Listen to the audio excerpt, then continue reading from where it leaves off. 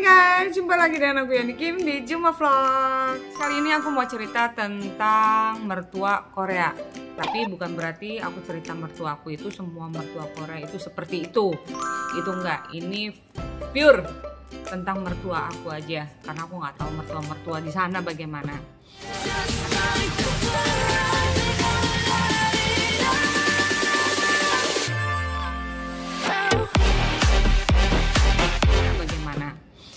Kan sebelumnya aku udah bilang ya di vlog aku sebelumnya bahwa hubungan aku sama bapaknya sebelumnya ditentang sama keluarga cowok, terlebih sama mertua perempuan. Mungkin diantara kalian ada banyak yang penasaran apa alasannya hubungan aku dan bapaknya anak-anak ini ditentang sama mertua perempuan. Karena sejujurnya di keluarga suamiku itu yang punya power itu memang mamahnya. Memang papahnya juga ada, tapi tidak sekuat powernya mamahnya. Dan dari keluarga papahnya ini ada kakak perempuan dan adik perempuan. Jadi kakak ipar sama adik ipar, yang kalau kakak iparku 2 tahun lebih tua dari papahnya Subin. Berarti kalau papahnya Subin sekarang 50, kakak iparku 52, dan papahnya Subin 50, adik iparku 48 tahun. Nah, jadi aku ya benar-benar anak buncit banget di situ. Alasan mertua nggak cocok, nggak setuju sama aku itu yang pertama kita beda negara, kedua karena bapaknya anak-anak cowok satu-satunya, dia takut anaknya tinggal di luar negeri, ketiga karena aku orang asing takutnya nggak bisa beradaptasi di Korea dan takutnya nyusahin anaknya. Kalau alasan-alasan lain sih yang nggak terlalu kuat ya. Nah, emang sih akhirnya kita disetujuin ya nikah. Walaupun setujunya itu setengah-setengah. Mungkin karena papanya Subin tuh nggak mau nyakitin hati aku dan dia tuh nggak mau aku tuh akhirnya goyah, akhirnya nggak mau nikah sama dia. Jadi apa yang menjadi masalah terbesar di keluarganya, ibunya nggak setuju sampai kata-kata kasar pun nggak akan disampaikan ke aku. Cuman satu yang sempet dia sampaikan ke aku ini, kalau seandainya kamu masih tetap mau nikah sama si Yani, kamu udah bukan keluarga kita lagi. Jadi kita udah maksudnya bapaknya Subin itu harus keluar dari silsilah keluarga mereka gitu. Tapi bapaknya anak-anak tetap milih aku untuk tetap nikah sama aku, tapi tetap dia berusaha untuk nunjukin kalau pilihannya dia itu nggak salah gitu. Bersih. Kenapa akhirnya disetujui sama ibu mertua? Karena papanya anak-anak ini kekeh nggak mau nikah di umur yang sebenarnya sudah cukup, karena nunggu persetujuan, nunggu disetujuin bisa nikah sama aku. Aku waktu itu umurnya sekitar umur 25 tahunan, suamiku 34. Jadi umur segitu tuh zaman dulu itu udah telat. Ya kalau cowok-cowok sekarang sih orang Korea umur 40 juga banyak yang belum nikah. Nah dari situ akhirnya nyetujuin karena anak cowoknya dijodoh-jodohin nggak pernah mau, dijodohin sama si A, si B, si C. Kenalan ibunya juga nggak mau datang. Akhirnya terpaksa setuju sama pilihan anaknya ini. Akhirnya kita nikah di Indonesia dan setahun kemudian aku diboyong ke Korea. Itu kita ngadain pernikahan, maksudnya ngeramein maksudnya pesta pernikahan itu juga sebenarnya agak kaku sih ya. Keluarga dari pihak suami datang, kayak gimana gitu. Aku tahu gini, ini pernikahan ini kayaknya antara iya dan tidak gitu, tapi mau gimana lagi, kita udah resmi secara negara, secara agama di Indonesia juga, 2 negara juga udah resmi. Ya kita cuma ngeramein juga. Sebenarnya aku sih udah bilang kita nggak dipestain juga nggak apa-apa gitu loh, buat aku nggak penting. Cuman papanya anak-anak ya karena teman kerja, teman kuliah, teman masa kecil, dari pihak keluarga juga itu banyak, jadi ya tetap katanya harus dirayain. Akhirnya kita dirayain, suami datang deh ya. Udah nih setelah nikah, untungnya aku tuh nggak tinggal bareng sama mertua. Jadi dari awal sebelum menikah itu memang papanya anak-anak tuh sudah menyiapkan rumah, kendaraan ya yang diperlukan saat itu ya, udah ada rumah. Jadi aku benar-benar 100% tinggal masuk aja. Aku benar-benar kosong guys, aku nggak bawa apa-apa. Dan papanya anak-anak tahu karena dia udah nyari tahu tentang pernikahan kalau orang Indonesia tuh bagaimana. Memang sih di Korea gitu ya, kalau misalnya cowoknya punya background bagus dari keluarga, dari segi pendidikan keluarga dan penghasilan segala macam, itu cowok cewek harus adil. Cowoknya yang biaya pernikahan, ceweknya yang apa gitu, honeymoon, biaya honeymoon. Atau kalau cowoknya beli rumah, ya ceweknya yang beli isi rumahnya.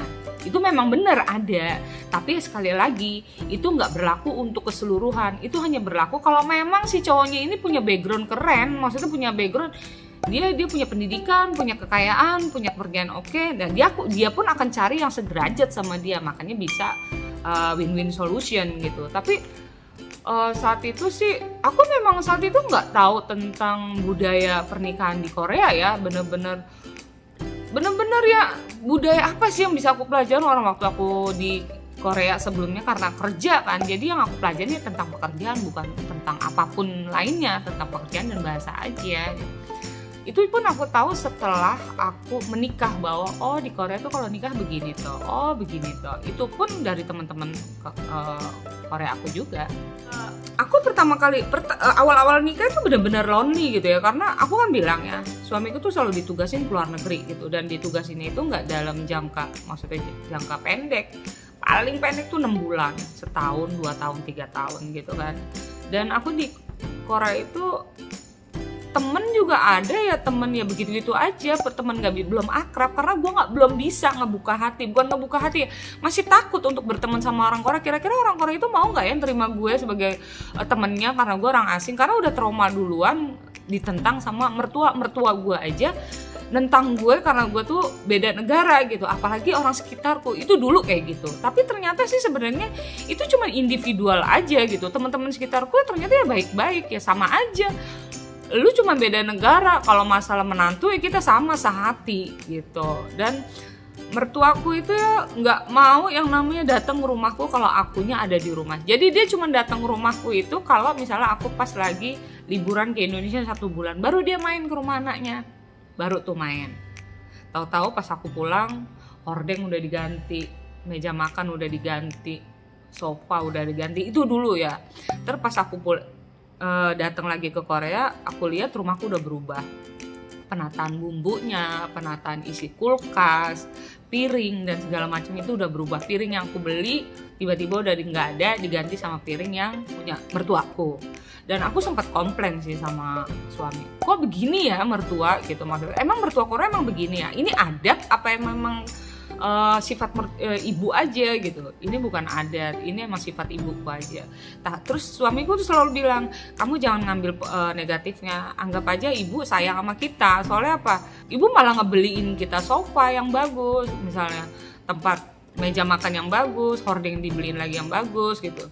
Tapi kan kalau menurut aku ya itu sama aja nggak izin sama aku, itu sama aja pilihan aku di mata mertuaku itu nggak bagus gitu loh. Apa ya gitu, kok apa-apa gue tuh pilihannya nggak di mata mertua tuh selalu nggak bagus sih gitu.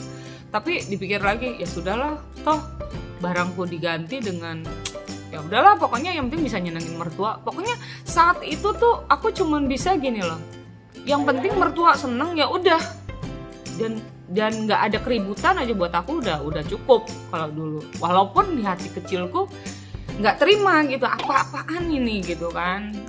Terus udah nih selesai kalau masalah gitu. Kalau misal aku nggak ada gitu, dia telepon anaknya dulu, coba cek istrimu ada di rumah apa enggak. Kalau nggak ada, aku mau nganter makanan gitu. Ibu mertua tuh nggak pelit, baik sebenarnya, cuman nggak tahu kenapa dia cuman nggak cocoknya di aku aja. Baik, nggak cocok tapi perhatian, itu gimana ya, gue tuh bilangnya udah kayak bini tua bini muda, tau nggak. Jadi oh ya ini misalnya lagi belajar bahasa Korea di Damuna Center. Damuna Center tuh kayak tempat belajar bahasa Korea ya, gratis gitu kan. Ntar kalau gak ada baru dia buru-buru datang sebelum aku pulang. Ntar tahu-tahu mejaku udah penuh makanan gitu. Aku mikirin ini mertua sebenarnya perhatian sama gue, cuman gengsi apa ya untuk mengakui. Sempet ngomong gitu sama suami. Terus dari sekian banyak kejadian-kejadian aku awal-awal deket sama mertua tuh ada 2 kejadian yang menurut aku tuh sampai sekarang aku nggak bisa lupa. Yang pertama adalah saat waktu itu suamiku ditugasin di Cina dan dia telepon aku tuh kalau nggak salah lagi hamil tua. Dia bilang, ya nih ibuku sakit di rumah sendiri, tolong dong kamu datang ke rumah, kamu bawain makanan kayak apa gitu biar ibuku nggak usah masak gitu kan. Terus aku masak apa ya, gue kan gak bisa masak. Awal-awal ya gak begitu pinter masak kan. Akhirnya aku bikin sebisanya deh, bikin ya kayak teri goreng, kayak sayur-sayuran, kayak apa, pokoknya lauk inti istilahnya kayak lauk 4 saat 5 sempurna. Terus aku taruh di lunch bag. Terus aku bilang sama bapaknya, nah, aku naik bus ya waktu itu, aku belum bisa nyetir di sini karena aku nggak ada SIM. Ya udah, kamu bawa naik bus, nanti kamu tahu kan turunnya di mana. Iya tahu. Akhirnya aku bawa, pas nyampe depan rumah mertuaku, aku bel rumahnya. Itu bukan di rumah yang sekarang ya, dulu rumahnya masih di Suwon. Dulu sih rumahnya masih kayak jenis villa tingkat 1 tingkat 2. Aku bel kan, kalau rumah kayak gitu tuh nggak kedengeran guys. Kita bel kalau dia ada di lantai 2 ya nggak akan kedengeran. Akhirnya nggak tahu ya kenapa emang itu sengaja nggak dibukain, sebenarnya tahu aku datang atau memang nggak ada di rumah, aku nggak ngerti. Tapi yang jelas waktu itu aku nggak dibukain pintu, padahal aku udah bawa makanan, udah naik bus jauh-jauh, naik bus 1 jam. Akhirnya nihil, gagal gitu. Aku nggak ketemu mertua. Akhirnya aku sebelum pulang aku telepon kakak iparku, Hyung Nim, ini aku datang depan rumah, ibu nggak ada ya, aku bilang gitu. Terus kata Hyung Nim gue, oh ya nggak ada. Awalnya bilang nggak ada, mungkin iparku juga bingung kali ya. Akhirnya dia bilang, oh ini apa sih, ibuku ada di rumahku, dia nggak ada di rumah gitu. Padahal awalnya nggak ada. Berarti kan emang dia juga nggak tahu ibunya kemana gitu ya. Cuman yaudah Ulke, dia kan panggil aku Ulke, adik ipar gitu. Kamu pulang aja, ngapain repot-repot gitu.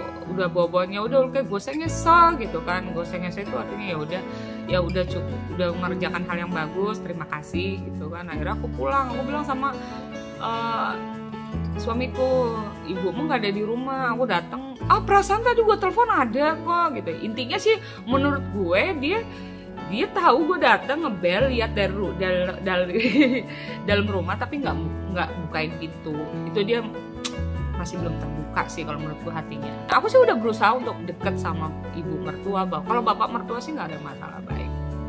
Ada lagi suatu kejadian yang ini yang benar-benar di puncaknya. Jadi pas Chuseok apa Solal. Jadi di Korea itu kalau ada Chuseok atau Solal itu selalu ada program TV yang menampilkan orang-orang asing ya, menantu-menantu asing itu dulu kayak gitu. Jadi spesial foreigner gitu. Jadi ada suatu kuis acara, ibu inget banget tuh.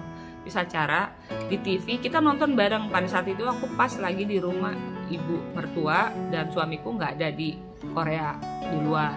Dan waktu itu yang tampil pas banget temanku sendiri, orang Filipina namanya Jasmine. Dia tampil di TV itu sama ibu mertuanya. Di program kuis itu ada suatu pertanyaan begini, hostnya bilang begini, coba dong ceritain bagaimana perbedaan budaya menantu mertua di Filipina dan di Korea gitu. Nah si yang di TV itu bilang si cewek, oh kalau di Filipina begini gitu, kalau di Korea begini, itu benar-benar berbeda banget. Kalau di Filipina ya anak perempuan itu nomor 1 gitu, kalau misalnya anak laki-laki itu ya biasa aja gitu. Terus kalau misalnya udah nikah ya kadang tinggal bareng sama mertua, kadang enggak. Intinya ceritanya sih seperti itu. Nah tiba-tiba mertuaku tanya ke aku, kalau di Indonesia bagaimana gitu kan. Jujur aku juga waktu itu belum pinter-pinter banget sih bahasa Korea. Jadi aku ngomong masih terbata-bata dan itu mertuaku tuh salah tangkep gitu loh. Jadi aku nyeritainnya begini, oh kalau di Indonesia sih laki perempuan mah sama aja. Ya sama aja gitu. Terus kalau nikah ya biasanya tinggalnya tuh nggak jauh dari tempat tinggal anaknya. Apalagi kalau anaknya itu perempuan. Tapi jarang yang tinggal bareng, walaupun ada itu bukan suatu kewajiban. Pokoknya intinya sih gitu ya, kita ngambil generalnya aja. Terus untuk anak laki-laki itu nggak terlalu harus ibu mertua itu apa sih, ibunya kalau tua harus tinggal sama anak laki-laki, itu nggak keharusan. Aku kalau nggak salah, bukan nggak salah, emang jelas aku ngejelasinnya kayak gitu. Cuman bahasa Korea tuh masih terbata-bata dan ibu mertua aku tuh kayak salah tangkep. Akhirnya terjadilah kesalahpahaman. Pas aku pulang ke rumah, ibu mertuaku bilang ke anaknya, ngadu nih ke bapaknya Subin. Nah pas bapaknya Subin pulang dari tugasnya, datang tiba-tiba dia negor gue, katanya, kamu tuh ngomong apa sama ibu, kok ibu sampai nangis. Gue lupa kan ya gue ngomong apa, nih ngomongin yang mana nih, gue bilang. Akhirnya gue inget, kok kamu bisa-bisanya bilang kalau kamu nggak mau, kalau ibuku masa tua nanti nggak mau tinggal, kamu nggak mau tinggal sama ibuku gitu, intinya lah gitu. Jadi ibunya tuh ngadunya gitu, Ciani katanya kalau misalnya aku udah tua dia katanya nggak mau tinggal sama aku, ngadunya begitu guys. What? Bukan begitu ceritanya. Jadi begini loh Pak, jadi di TV itu begini-begini, terus ibumu nanya, ya aku kan cuma jawab, aku nggak bilang kalau ibumu tua nanti kalau udah tua masa tua nggak boleh tinggal sama aku bilang gitu. Emang suamiku sih ngambil jalan terbaiknya ya di tengah gitu. Ya udah, daripada ibu merasa sakit hati walaupun itu salah paham, kamu datang ke rumah ibu, kamu minta maaf aja. Gue salah apa? Gue nggak salah, gue nggak mau minta maaf gitu, karena emang gue nggak salah. Ibu mau tanya, aku cuma jawab gitu. Tapi suamiku terus ngeyel gitu, daripada nanti makin panjang, nanti kakak ipar tahu, adik ipar tahu jadi panjang, mendingan udah kamu ngalah gitu kan. Aku udah bilang sebelum nikah, ibuku ngomong apapun itu kamu tinggal bilang iya aja biar dunia itu damai gitu. Ya aku paham, tapi kali ini aku emang nggak salah, aku jelas-jelas nggak ada maksud ke situ. Akhirnya ya jengkel sih ya, jengkel, tapi ya udah demi kedamaiannya akhirnya aku datang ke rumah ibu mertuaku. Aku bilang, duduk, Bu, maaf kalau seandainya waktu itu aku nyinggung, tapi ya aku jelasin nggak ada maksud seperti itu gitu loh. Akhirnya aku nangis sejadi-jadinya, karena nangisnya itu bukan karena gue salah, enggak, kayak nggak adil aja. Orang gue nggak salah kok, gue minta maaf gitu. Akhirnya gue minta maaf, keluar dari kamar. Kakak ipar gue malah jadi kompor sialan. Kakak iparku malah bilang, ya ampun, kok jadi nangis air lautan bangke. Dia bercanda, ya cuman saat itu bercandanya dia nggak lucu aja. Gara-gara itu aku sampai bilang sama bapaknya anak-anak, pokoknya dari kejadian ini cukup sekali, gue bilang gitu.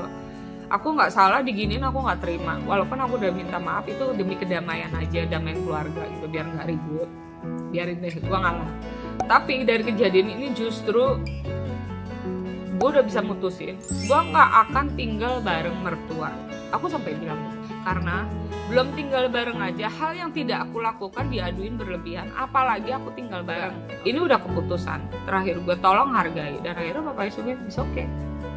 Mungkin saat ini kamu dalam keadaan emosi, ya sudahlah gitu. Yang penting thank you udah bisa ngademin. Akhirnya mertua mungkin bisa ngelihat karakter aku sebenarnya seperti apa, sifat aku seperti apa setelah berjalan ya pernikahan 1 tahun, 2 tahun, 3 tahun, 4 tahun gitu kan. Aku tetap mengunjungin mertua, walaupun bagaimanapun juga ya tetap mertua gitu loh. Ibunya, bapaknya anak-anak gitu, walaupun aku sejengkel apapun ya aku tetap harus nunjukin.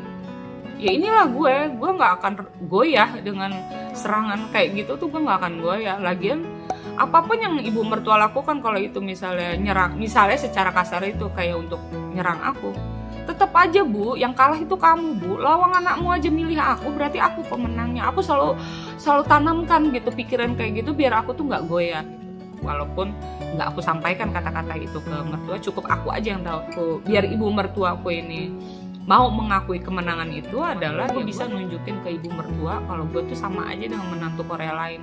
Gue bisa melakukan apa yang menantu Korea lakukan. Gue bisa maksudnya gue bisa beradaptasi seperti menantu Korea, dan gak ada hal yang sulit buat gue. Dan yang perlu ditekankan adalah gue nggak nyusahin anakmu Bu, justru gue mensupport anakmu untuk maju Bu gitu. Walaupun basicnya di ibu ada pun, aku tetap ingin suamiku itu maju tanpa bantuan orang tua Bu. Dan itu aku berhasil mendidik suamiku. Dan semakin kesini ya mertuaku semakin mengakui kalau aku memang memang kuat. Ini gue Bu Yani, yang ibu takutkan itu sebenarnya nggak perlu gitu. Saya bisa lakuin, saya bisa adaptasi, bahkan lebih dari menantu Korea. Gue kerja bisa, ngurus rumah tangga bisa.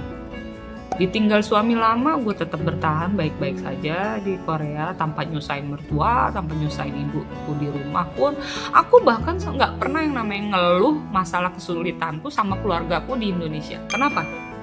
Karena gue nggak mau gitu. Orang gue ke Korea udah ditampul sama abang gue, buat meyakinkan bahwa gue tuh nggak apa-apa. Masa gue ngadu, ya malu lah gue. Begitu. Intinya sih akhirnya mertua aku mengakui bahwa aku menantu yang baik, walaupun bawel. Semakin kesini, semakin berumur, aku semakin bawel, semakin tegas, semakin bisa menentukan mana yang memang aku suka, mana yang memang perlu aku tinggalkan gitu. Walaupun itu mertua aku pun sekarang kalau misalnya, oh ibu, ini kalau masak bareng ibu kasinan, kurangin, atau apa, aku tuh berani sekarang, nggak kayak dulu. Enak gak enak gue bilang enak, sekarang mah gue berani bukan berarti gue kayak membangkang, enggak, berani mengungkapkan demi kebaikan bersama. Dan mertua aku sih sekarang oke aja begitu. Oke, dia gitu ya guys, ya memang berakit-rakit dahulu, bersenang-senang kemudian gitu. Walaupun ya kehidupan aku sama bapaknya juga nggak luput dari yang namanya keributan, berantem, lempar-lemparan, ya itu hal biasa ya, bumbunya rumah tangga. Apalagi untuk urusan pendidikan anak yang kita tuh bertolak belakang. Kalau gue tipenya enjoy, belajar boleh, tapi tetap ada waktu untuk main biar otaknya fresh gitu. Tapi kalau suamiku emang tipenya dia kutu buku, susah. Belajar ya nomor satu. Iya aku tahu belajar itu nomor satu, tapi bukan berarti 100% kesehariannya cuma di pelajaran gitu. Itu kita ribut terus sih kalau masalahnya, sampai sekarang pun sama aja. Karena tipenya bapaknya ya memang original pelajar Korea abis. Mertuaku, intinya gini, mertuaku tuh seperti itu bukan karena dia jahat, bukan karena dia rasis ke aku, bukan karena, enggak. Hanya ingin, dan aku rasa itu keinginan semua orang tua sih kalau menurut aku. Dia ingin anaknya itu mendapat jodoh yang terbaik menurut versi dia. Tapi ternyata dia anaknya dapetinnya aku, yang menurut dia itu bukan keinginan dia gitu sih kalau menurut aku. Dan dulu emang kayaknya nggak sakit hati gitu ya digituin. Kalau sakit hati ya pasti ya, gue juga manusia gitu ya. Tapi setelah aku punya anak, aku sadar gitu bahwa semua orang tua itu pasti menginginkan anaknya yang terbaik. Gue juga kalau misalnya si Subin dapetin cowok yang nggak srek, mungkin aku akan melakukan hal yang sama gitu. Jadi orang akan bisa mengerti saat dia juga memiliki pengalaman yang sama, bisa merasakan yang sama. Dan aku juga sekarang sudah merasakan agak wanti-wanti ke si Subin gitu loh. Makanya sekarang ya udah, kita udah kalau ke rumah mertua masak bareng, nyapu bareng, ngepel bareng, bercanda bareng kayak gitu. Cuman karena mertuaku kalau ada kamera dia suka nggak suka, aku ya nggak tongolin, nggak begitu aku tongolin. Jadi mohon maaf, ada batasan-batasan tertentu, aku harus nunjukin siapa aja keluarga aku di sini gitu. Jadi tolong dong mertuanya ditongolin. Sorry ya guys ya, nanti gara-gara itu gua nanti perang dunia kedua lagi antara Korut dan kok udah kayak Korut sama Kors ya kan. Oke, pokoknya buat teman-teman yang mau nikah sama orang Korea, ya kalau mau damai ya kayak gitu. Kita kalau ribut melulu sama mertua memang nggak ada habisnya. Salah satu harus ada yang ngalah dan harus ada yang saling, ya pokoknya harus saling memahami. Kalau mertua yang lagi stres, kitanya yang sabar. Kalau kitanya udah bisa berdamai sama hati bahwa mertua memang ya udahlah, emang mertua begitu. Budaya itu nggak hanya sekedar makan, pakaian, kelakuan, enggak. Ya sama, budaya mertua juga ya ada. Dan budaya mertua itu sebenarnya nggak jauh beda sama Indonesia, hanya saja membedakan bahasa dan cara berpikirnya aja, bahasa dan kelakuan. Tapi mertua Korea itu rata-rata nggak pelit sih, jor-joran. Contohnya ya kayak mertua aku, walaupun dia kadang udah kayak kucing sama anjing sama gue ya, tapi kalau urusan anaknya jangan sampai kelaparan, dia nomor 1 maju gitu. By the way, ya gitu deh. Baik ya sama mertua, ya aja lu dapet warisan tanah sepengki buat nguruk tai ya. Annyeong.